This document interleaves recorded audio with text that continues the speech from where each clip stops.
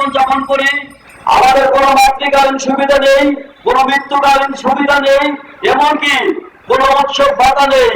পাশাপাশি আমরা যে পারিশ্রমিক পাই, বর্তমানে এই দ্রব্যমূল্যের ঊর্ধ্বগতির বাজারে আমাদের পরিবার নিয়ে আমাদের জীবনযাত্রা মান উন্নয়ন করা অত্যন্ত কঠিন হয়ে পড়েছে। সেই লক্ষ্যে আমরা বিগত 47 দিন এই প্রেস ক্লাবে অনশন কর্মসূচি পর্যন্ত করেছি।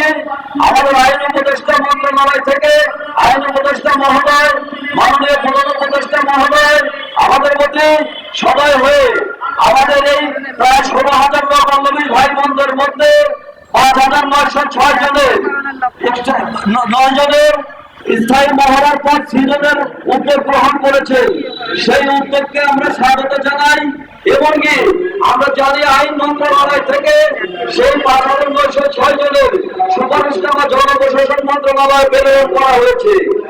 আমরা আজকে মানববন্ধনের মাধ্যমে বলতে চাই, সেই সুপারিশনামাগুলো জনপ্রশাসন মন্ত্রণালয় থেকে দ্রুত অন্যান্য মন্ত্রণালয়ে কার্যকরী পদক্ষেপ গ্রহণের জন্য মাননীয় যারা উপদেষ্টা আছেন, যারা সচিব মহোদয় আছেন, তারা অবশ্যই দ্রুত পদক্ষেপ নেবেন এই আশাবাদ ব্যক্ত করছি।